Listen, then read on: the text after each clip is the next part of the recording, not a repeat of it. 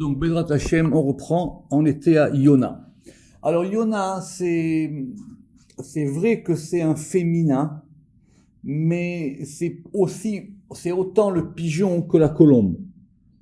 D'accord? C'est autant le pigeon que la colombe. Et c'est un animal qui revient souvent, rappelez-vous, depuis l'histoire de Noach, il reviendra aussi dans Shir HaShirim, c'est un animal qui revient souvent dans la Torah, et surtout c'est un oiseau. Alors, le Rama qui va commencer tout de suite par nous dire qu'il faut surtout pas aller dans une mauvaise piste. Yona. Yeshmi shirotse levaerze milashon lotonu. Certains ont voulu expliquer cette notion de Yona à propos de l'Otonu. C'est quoi l'Otonu? C'est un verset dans Vaïkra 25-17. C'est un verset connu parce qu'il va avoir une grande influence dans la halacha. Velotonu ish et aet amito veyaratam Elohecha ki ani Hashem Elohechem. Et là-bas, il y a marqué l'otunu ishetamito, vous ne ferez pas de ona, c'est de là d'où vient le verbe, le substantif ona, ish etamito, chacun son peuple ou chacun son ami, veyaratam Elohecha, et tu auras crainte de Elohecha, qui a ni Hashem Elohechem, parce que je suis Hashem Elohechem. Et cette notion de onaha, elle est très importante dans la halacha. En gros, c'est le fait de léser quelqu'un. C'est de lui faire du mal. Mais c'est un mal, on va dire, indirect. Ça veut dire, je vais lui cacher une information, ou je vais lui dire une mauvaise chose, ou je vais l'induire en erreur, ou je vais truquer la transaction commerciale. C'est ça tout le champ sémantique de la ona. Et c'est pour ça que Rashi ramène, c'est pour ça qu'il y a marqué Veyaratam Elohecha, parce que comme c'est quelque chose qui se situe au niveau de ce qu'on a dit ou de ce qu'on a voulu dire, et que donc il y a que Hachem qui peut lire dans les pensées. D'ailleurs, même le Sanders, j'avais repéré ça, sur cette notion de Ona'a, ne quittez pas, et ça, c'est le fait de causer une peine, une douleur, une affliction. C'est le fait de nuire, en gros. C'est cette notion de onad devarim. Donc, effectivement, le Rama qui dit, c'est pas du tout ça. On peut pas faire dériver Yona de cette notion de l'otonu. Verahamana litzlan, et que Dieu nous protège, de cette opinion. De qui est cette opinion? Très bonne question, on n'en sait rien. Évidemment, il ne cite pas qui c'est, et d'autant plus que si c'est quelqu'un dont il ne faut pas suivre les enseignements, c'est normal qu'il n'ait pas marqué. Qui a draba, parce qu'au contraire, la shon Yona, le vocable de Yona, ou ba malchut, ça indique la malchut, be'it yachda ima tiferet, lorsqu'elle va s'unir avec Tiferet. Alors, le sujet des oiseaux, c'est tout le sujet qui est dans les Agdamot, des Tikkun HaZohar, voire les cours que j'ai déjà mis en ligne là-dessus, et qui sont très complexes. Mais évidemment, il y a plusieurs noms pour les oiseaux. D'accord? Donc le nom générique, c'est Aof. Mais on va trouver dans la Torah le Tzipor, on va trouver le Dror, il y a beaucoup de noms d'oiseaux. Mais en général, les oiseaux, ils vont indiquer un élément particulier qui est lié à la Shrina et à la Shrina dans son rapport avec Malchut. Et pour ce faire, le Rama qui va nous renvoyer ici, et il va nous envoyer dans un texte des Tikkunim en 102, qu'on a déjà vu la vérité dans Seder HaAtzilut. On a déjà vu ça dans Seder HaAtzilut, dans le chapitre 2. Alors, c'est loin évidemment, parce que de Seder HaAtzilut, c'est la 5e porte, et que Baruch Hashem, maintenant, on en est à la 23e porte. Mais je vais quand même vous rafraîchir un peu la mémoire. De quoi on parle là-bas? On parle évidemment de ce fameux verset dans les Cantiques des Cantiques, Pitrili, Achoti, Yonati, Tamati, et vous vous rappelez, c'est dans Shir HaShirim, et il lui dit, ouvre-moi, Achoti, ma sœur, Yonati, ma colombe, et Tamati, voir comment est-ce qu'on traduit ce terme de Yonati Tamati. Alors, qu'est-ce qu'il y a marqué là-bas? quand on va analyser ce verset, donc c'est tout l'objet du chapitre 2, d'accord? Donc ce chapitre 2 là-bas, ce chapitre 2, je répète, de la 5e porte, on l'a fait il y a très longtemps, il faut le voir. Et là-bas d'ailleurs, on l'avait ramené à propos d'autre chose, c'est à propos de l'ordre des séphirotes. Mais en tout cas là-bas, c'est marqué en toutes lettres que dans le Zohar là-bas, Yonati Beyomatita, que Yonati, ça correspond au 3e jour de la semaine, donc le mardi. Et le mardi correspond à Tiferet, des Taman Vav. Parce que là-bas, c'est le Vav. D'accord? Donc vous regarderez là-bas. Il a dit que Pitrili, c'est Yoma Kadma, c'est le 1er jour. Achoti, c'est Yoma Tinyana, c'est le 2e jour. Et Yonati, c'est Yoma Tlita, etc., etc. Et il va faire tout le verset avec, jusqu'à Shiroshin Nimnatal, il va faire tout le verset avec les 6 jours de la semaine. Donc en tout cas, c'est clair que si le Zohar, il a dit là-bas Yonati, Beyomatita, que Yonati, ça correspond au 3e jour qui correspond au Vav, donc c'est lié à Tiferet. Ou Pirachnu Beshar Sedera Silut, et on a déjà expliqué ça dans cette porte dont je vous ai dit, la 5e porte au chapitre 2. Ou Bemekomot Rabim, et dans de nombreux endroits du Zohar, Omer Rabbi Shimon Bar Yochai, Rabbi Shimon il dit que Dimisitra De'ofin Nikret Yona, que elle s'appelle Yona, c'est-à-dire qui Yona, la Malchut, du côté des Ofin, du côté des volatiles. Littéralement, Off, c'est c'est celui qui vole. Donc c'est un volatile, c'est le terme générique pour toutes les espèces volantes. Ve'en kavanato shemitzal ha'ofot gufaniot tikra shrina Yona. Il dit, ça ne veut pas dire qu'on a comparé vraiment la shrina à un oiseau physique. Ofot gufaniot, des oiseaux corporels. Et là, Aoufot Aele, simplement cette notion des oiseaux, c'est ce qu'on a vu là-bas dans le Zohar, qui off yolir et akol, ça correspond à même tête-tête. Parce que même tête-tête, c'est quelque part comme un oiseau migrateur qui va pendant la semaine, parce que Shabbat, c'est autre chose, tout ce qu'on a vu là-bas dans l'Antiquité Zohar. Et donc, parce que lui, c'est un oiseau qui apporte, c'est comme un émissaire, c'est lui qui offre à Shamaim yolir et akol. D'accord? C'est lui qui va transporter la voix, c'est lui qui fait monter les tfilotes. Et donc, tous ces degrés d'oiseaux, ils correspondent à même tête-tête et au degré de tzaddik qui sort de là, voir là-bas dans les Tikkuné Zohar. Et c'est à propos de là qu'il y a marqué ce verset dont je viens de vous citer, dans Kohelet 10-20, qui offre à Shamaim Yolich et Akol, parce que c'est l'oiseau des cieux, Yolich, qui va faire porter, qui va amener la voix. Et là-bas, le Zohar fait la différence, évidemment, que Shabbat, même tête-tête, il n'a pas d'emprise sur nous. C'est pour ça qu'on a Retse Ve'achalitzenu, on l'a déjà vu tout ça. En tout cas, Ve'al Yadam, ou à Yihoud. Mais en tout cas, c'est par ce degré-là que va se faire l'unification. Que Moshe Biyanu Beshar Abia, comme on l'a expliqué dans la porte de Abia, et c'est pour ça que lorsque ce degré de la Malchut qui correspond à un oiseau, qui correspond à la colombe, elle s'appelle Yona. Et que Shiba Tiferet Tikra Yona. Et lorsqu'elle est dans Tiferet, elle s'appelle Yona. Simplement, juste pour la petite histoire, vous savez que Yona, c'est aussi un nom aujourd'hui en hébreu moderne, mais c'est plutôt un nom de garçon. Mais il y a un autre Yona. Et il y a un Yona dans Oshéa. On va d'ailleurs parler de ce prophète aujourd'hui. Et dans Oshéa, dans le fameux chapitre 7. Le chapitre 7, c'est un chapitre très dur, où il va faire des remontrances à Israël. Et vous avez fait beaucoup de bêtises, et vous avez fait ci, vous avez fait ça. Et au verset 11, il dit comme ça, Vahi Ephraim ke Yona fota, en lev, Mitzraim karaou, Ashur alahu. Donc, on parle là-bas de Ephraim, et on dit que Ephraim, il se comporte très très très mal, et on le compare là-bas à Keyona fota, comme une colombe, ou comme un pigeon. Fota. Fota, ça veut dire qu'il a été séduit. Mais ici, il a traduit comme étant étourdi. Pourquoi? Parce que Fota enlev, ça veut dire que ce pigeon-là, il a perdu son cœur. Enlev. Mitzraim karaou. Pourquoi? Pourquoi? Parce que qu'est-ce qu'ils ont fait? Ils ont appelé l'Égypte. Or, l'Égypte sont des ennemis héréditaires depuis qu'on est sorti d'Égypte. On n'a pas le droit de retourner là-bas. Ashur alahu. Et ils se sont rendus en Syrie. Afin que, comme il dit Rashi, ils ont été voir le roi de Achour afin qu'il les aide.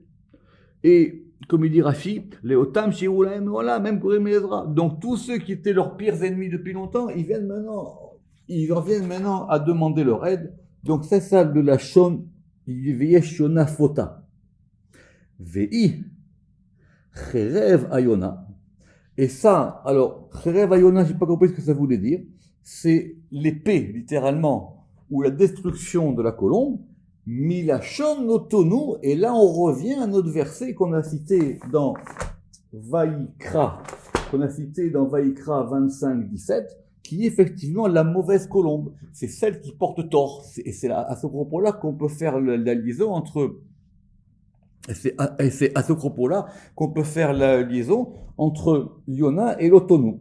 Donc je répète, donc il y a une Yona qui est du côté de la Malchut, du côté de la Shrina et du côté de même tête, parce que ça c'est lié aux oiseaux, et il y a une Yona. Et il y a une Yona Fota, et il y a une colombe qui a été séduite, il y a une colombe égarée, ou même lui, comme je vous l'ai dit, il a traduit une colombe, un pigeon étourdi, et ça correspond au mauvais côté de l'Otonu, et ça correspond évidemment à la Klipa Bisha, ça correspond donc à la mauvaise écorce. Très bien. Alors maintenant qu'on a fait Yona, on va faire Yosef. Alors rappelez-vous que quand on avait commencé, pas dans Shar Akinouim, mais dans Shar Akinouim, on avait posé là-bas la question de l'identification des patriarches avec les sphirotes. Parce que c'est pas évident. Et c'était une question fondamentale. Qu'est-ce qui fait qu'on peut attribuer un personnage à une sphira? Ou qu'est-ce qu'il faut pour que ce personnage-là il devienne le véhicule de la sphira? Comme on l'a vu, Abraham il est Chesed, Yitzhak il est Gvura, Yaakov il est Tiferet, et Yosef, évidemment, il est Yesod. Mais ça ne fait pas comme ça. C'est pas parce qu'on s'appelle Yosef qu'on est Yesod, et Yosef lui-même, il a mis du temps pour devenir un véhicule de Yesod. En tout cas, Yosef, une fois que maintenant c'est établi, c'est Yesod. Mais Karaou Belashon Yosef, et on l'a appelé on l'a appelé Belashon Yosef, on l'a appelé Yosef. Pourquoi on l'a appelé Yosef? Rappelez-vous, pourquoi est-ce que sa mère, elle l'a appelé Yosef?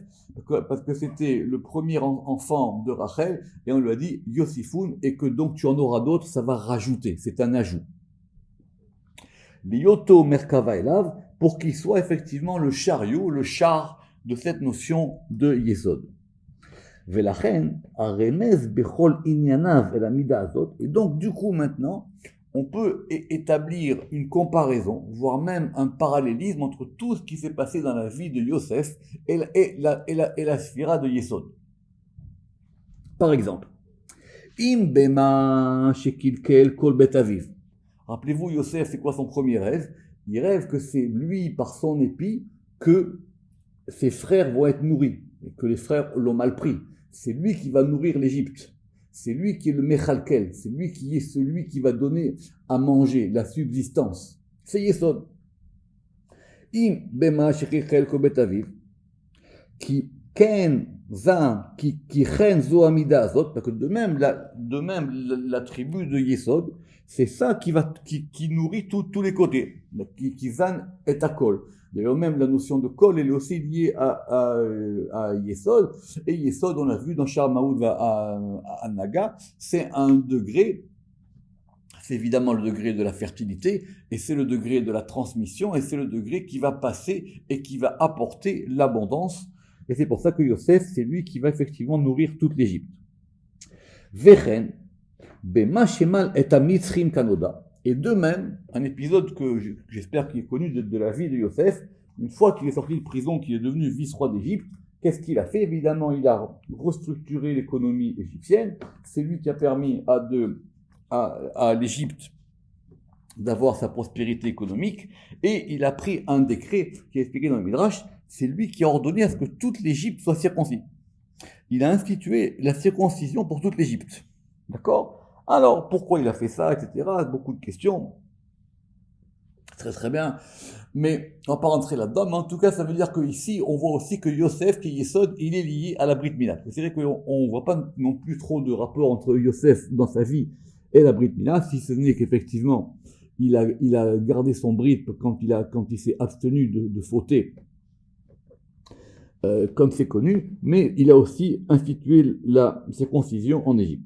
Ve'od be'inyanim acherim, et de même pour de nombreux autres sujets, ve'en kan makom le'arich, et ici, c'est pas la peine de rajouter tout ça. On n'a qu'à voir qu'effectivement, Yosef et Yesod sont deux degrés qui sont parallèles. Yoetz. Alors, Yoetz, c'est pas... Ça a l'air simple. Normalement, Yoetz, c'est le conseiller. C'est celui qui donne des conseils. Mais, dans la Torah, ça a une signification plus profonde. Pourquoi ? Parce qu'un conseil, d'ailleurs, c'est quelqu'un ou c'est quelque chose qui peut sauver une vie.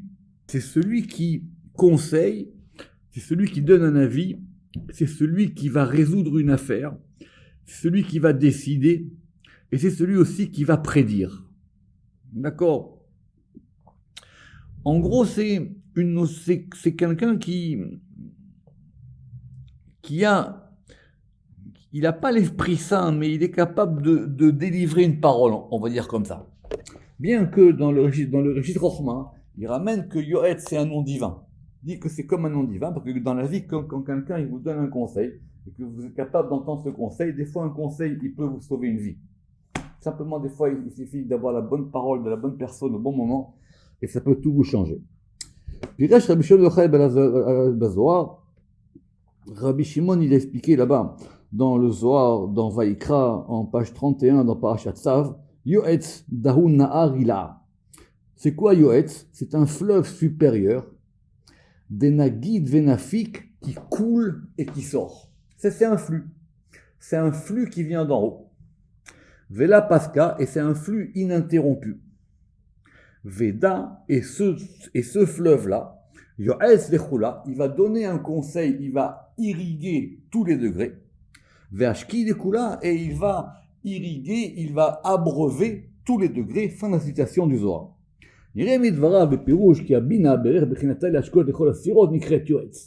Donc ici, on a dit qu'effectivement c'est un fleuve, et que c'est ce fleuve-là qui va irriguer tous les degrés d'en bas, alors c'est la Bina. Donc il apparaît clairement en Iré Bidvara Bepirouche que la Bina, en tant qu'elle va abreuver toutes les sphirotes, elle s'appelle Yoetz. Vers Kavana, et ça veut dire quoi ? Qu'elle va les abreuver. Mashka les Kulam, elle les abreuve, ou Maniga, mais elle va les diriger. Très bien. Ça c'était pour Yoetz. Regardez là-bas ce que je dis. Si vous regardez dans le Rochma, c'est expliqué assez longuement cette notion de Yoetz. Yotzer Bereshit. Alors Yotzer Bereshit, c'est une expression qui revient souvent. Et évidemment, on a l'impression que ça s'applique évidemment à Dieu, parce que c'est quoi Yotzer ? Yotzer, c'est celui qui est le formateur. Bereshit, le formateur du commencement. D'accord ? Donc, normalement, c'est lui qui est Yotzer Bereshit. Katav Sefer Sharet Tzedek, c'est expliqué dans le livre Sharet Tzedek, que Pirouche qui tzadik Yesod, que c'est ce degré de Yesod qui s'appelle Yotzer Bereshit. Pourquoi ? Parce que c'est lui, dans Yotzer, vous rappelez-vous qu'il y a plusieurs termes pour indiquer la création, d'accord ? Il y a la Yetzira, il y a la Bria, il y a la Tziut, et quand on dit le fait de Yotzer, Yotzer c'est le fait de former, de donner une forme, l'Etzayer. Et donc c'est Yesod qui va former toutes les formes, à Mistayerot B'Malchut, qui vont se former dans la Malchut. Et la Malchut, elle s'appelle Bereshit. Yotzer Bereshit, donc c'est Yesod dans Bereshit. Alors il dit, c'est ce qui a marqué dans le Sefer Sharet Tzedek.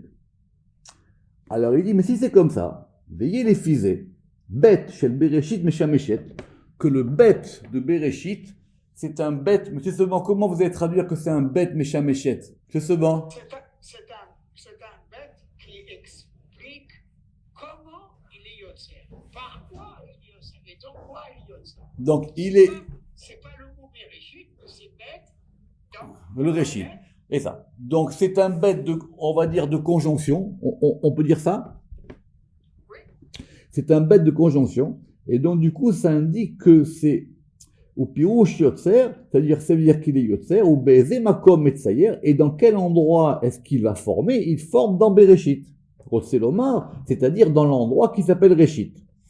Vezedochak, et le Rama qui dit ça me semble un peu poussé. Pourquoi? Ou les filles Pirusho d'Ikra Yesod Chen Dafka Bioto Mitachad Yamalchut.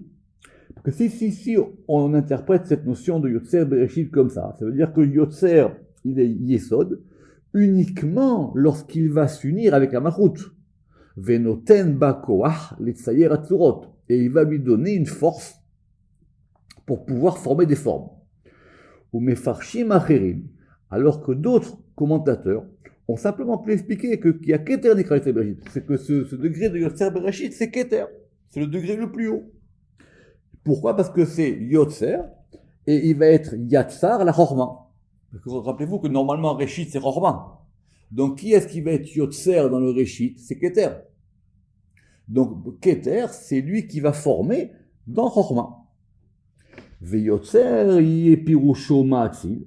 Mais maintenant ici, il faudra plus entendre la notion de Yotzer comme étant les Atzil que les Yatzer.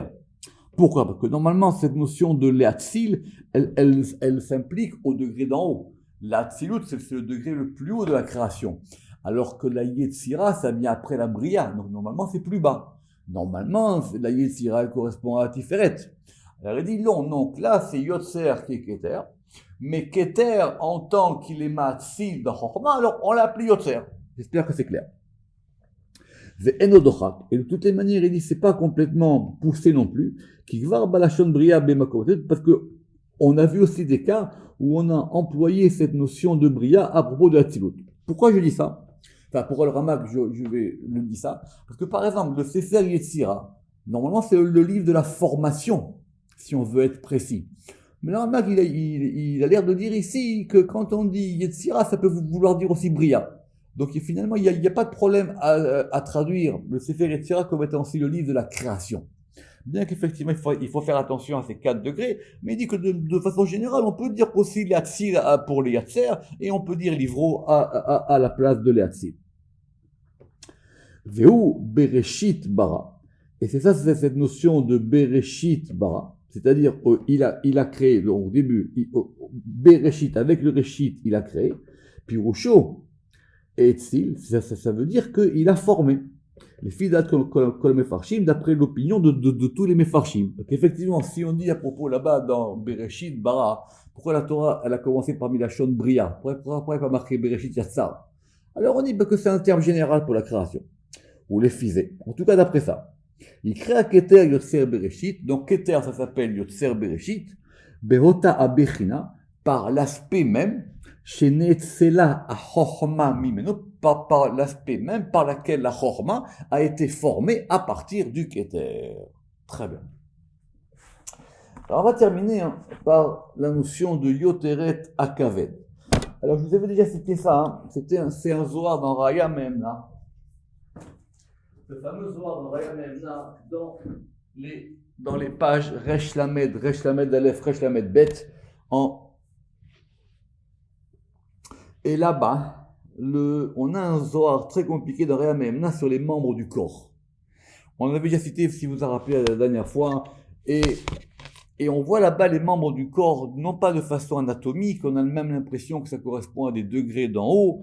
Le Matok Mitzvash, il a ramené que le Carnéor, qui est un mefachesh du Zohar, il a dit mais que ça on parle d'en haut parce que l'homme il est appelé Olam Katan, donc du coup on peut comprendre par rapport aux membres du corps de l'homme des choses qui se passent en haut. Mais en tout cas c'est un Zohar très complexe, et surtout là-bas on va voir le bon côté et le mauvais côté des choses et des membres du corps. C'est quoi le Yoteret Akaved? Yoteret Akaved, littéralement, c'est le surplus du foie. D'accord? Ça vient dans la Torah à propos des sacrifices. Et d'ailleurs, la question qu'on va voir aujourd'hui, c'est que des fois, il y a marqué Yoteret Akaved et des fois, il y a marqué Yoteret Min Akaved. Donc, c'est en plus du foie et c'est en plus par rapport au foie. Donc c'est un Zohar, on va aller vite, vous pourrez aller voir là-bas parce que on va parler de choses qui sont de l'autre côté et qui ne sont pas du coup très, on va dire, sympathiques à entendre. Et d'ailleurs le Ramak c'est ce qu'il va faire ici, Et il va dire simplement Yoteret Akaved, Shenze Mevor Brehamemna. Donc ce nom-là, il a été expliqué dans le Rehamemna, dans le fameux Zohar là-bas, dans Parashat Pinchas, Be'arucha, en long, Venatik Leshono. Et on va ici rapporter ce qui a marqué là-bas, et pas plus. Alors je vous le traduis succinctement. Ou bechabura kadma aktiv ayoteret min akaved, ou aktiv vet ayoteret al akaved. Donc c'est bechabura kadma dans un premier livre, parce que des fois le Zohar il cite, quand le Zohar des fois il cite ce qu'on appelle le chabura kadma. Ça veut dire le Ramak qui dit que c'était une version antérieure au Zohar ou une première écriture du Zohar. Et on a noté là-bas qu'il y avait une différence dans les versets. Que des fois il y a marqué Hayoteret min akaved, donc ce qui est un surplus min akaved par rapport au foie. Et des fois c'est marqué Ukti vet Hayoteret al akaved, et il y a marqué un surplus sur le foie. Évidemment, Yoteret c'est un féminin. Batar de Avidat Niufa Istalekale, et donc ça correspond à des choses mauvaises qui viennent du côté des fautes sexuelles. Yoteret min akaved la sata ben alma, et c'est pour pouvoir faire du mal aux hommes, la satalaïou, veshekel de cholem les mézononim, et pour pouvoir amener du côté de ce côté féminin qui s'appelle la échet zénonim, c'est-à-dire la femme prostituée. N'oubliez pas, puisqu'on a parlé quand même du prophète Oshéa, c'est tout le premier chapitre de Sefer Oshéa, où Dieu il va lui demander justement d'aller épouser une femme prostituée. Ou Begin Kar, Ayoteret Minakaved, et c'est pour ça que ça s'appelle Ayoteret Minakaved, et qu'après il y a Ayoteret Alakaved, et le Yoteret plus que le foie. Batar de Atida Niufa Istalek Ala, Mesahashazona Gabarat al Baala. Et donc du coup cette femme, elle va être mauvaise, elle va faire des mauvaises choses, des Kaved Bekaas, parce qu'elle est à un degré encore plus fort que Kaved. Kaved, on le reverra. Ça peut être du mauvais côté aussi, parce que le foie, c'est un organe qui va trier, qui va faire une séparation entre les éléments différents. D'ailleurs, c'est pour ça même que le foie, c'est un aliment qui se cachérise d'une façon très particulière, parce que c'est le lieu du sang, et le lieu, c'est un peu un filtre d'ailleurs. C'est d'ailleurs ça. Kaved, Bekaz, Demara et Shed Medinim, et par rapport aussi à la Mara, par rapport à la bile. Et effectivement, elle est aussi appelée Yoteret du côté de l'autre côté, Batar de Nafkal en Afaim Kula, parce que c'est elle qui va inciter les hommes à faire des mauvaises choses. Yivit Shurin les Baala, Viu Yoteret Mina Kaved, et donc elle est Yoteret plus que le Kaved. Migo Kaved Yoteret Dile, parce que elle est de l'intérieur du Kaved et elle est plus que lui. Nafkat Mara, et c'est de là que va sortir la bile. Parce que la bile, vraiment, ça c'est plus mauvais. Veicharba de Malachamavet, et c'est l'épée de l'ange de la mort. Des nafkou minetipin meririn de katlalevne achad, duquel vont sortir des mauvaises choses pour pouvoir tuer les hommes, comme il est marqué ve'harita marakalana dans Michelet, ve'utalia bekaved, et donc ça dépend du kaved, ve'kol marin ou mutabetalian, et toutes les mauvaises choses en dépendent. Le Harizal, il dit juste de ça, que dans la structure, on verra ça dans Sharat Morot, que dans la structure du côté mâle, il n'y a pas de 10 sphirotes, il n'y en a que 6. Mais il dit qu'il y en a 6 du côté masculin et 10 du côté féminin. Autrement dit, dans le mauvais côté, l'élément féminin du din, il est évidemment encore plus fort que l'élément du chesed. D'ailleurs, le Ramak ne va pas du tout s'étendre, et il dit comme ça, Uzvara mevuarim, et donc les paroles sont claires, parce que de même qu'il y a dans la sainteté du masculin et du féminin, de même il y a dans l'impureté, il y a aussi un masculin du mauvais côté et un masculin du mauvais côté. Donc le masculin du mauvais côté il s'appelle Kaved, et Yoteret Mila Kaved c'est le féminin du mauvais côté, et on expliquera ça quand on parlera de cette notion du mal dans Sharat Murot. On va terminer avec un mot important, le Yichud. C'est quoi le Yichud? C'est l'unification. Alors ne pas confondre Yichud et Yachid, évidemment c'est de la grammaire de base. Quand on dit que c'est Yachid, c'est qu'il est unique, et le Yichud, c'est le fait d'unifier les Yached. Or, c'est quoi le degré qui va unifier? C'est Tiferet, c'est l'axe central. Ayichud talou betiferet, et le yichud, il dépend de tiferet. Pourquoi? Ve'atam, qui kara yichud ou atiferet yanachud. Parce que l'essentiel de l'unification, c'est unifier le masculin et le féminin. Si vous voulez une définition pachoute pour commencer à étudier la Kabbalah, l'unification, c'est unifier le masculin et le féminin. Les chadash et mutke bebavke, kuchaberechu ou shrinte, c'est d'unifier les deux côtés, le masculin et le féminin, de les mettre ensemble. Ve'al yadam, yityahdu kol asirot, parce que quand on a fait cette unification, de même ou de façon automatique vont s'unir tous les autres degrés et toutes les sirotes. Ou les fichar, stam yichud. Et donc c'est pour ça que quand on va parler d'unification, évidemment qu'on peut unir à tous les côtés. Mais l'unification de façon générale, c'est Tiferet et Malchut, Levad. C'est simplement Tiferet et Malchut. Ve'agavam, et donc, de facto, mitchahdim akol, tout va s'unifier, qu'on soit toujours unifié. Baruch Adonai Le'olam. Amen ve Amen.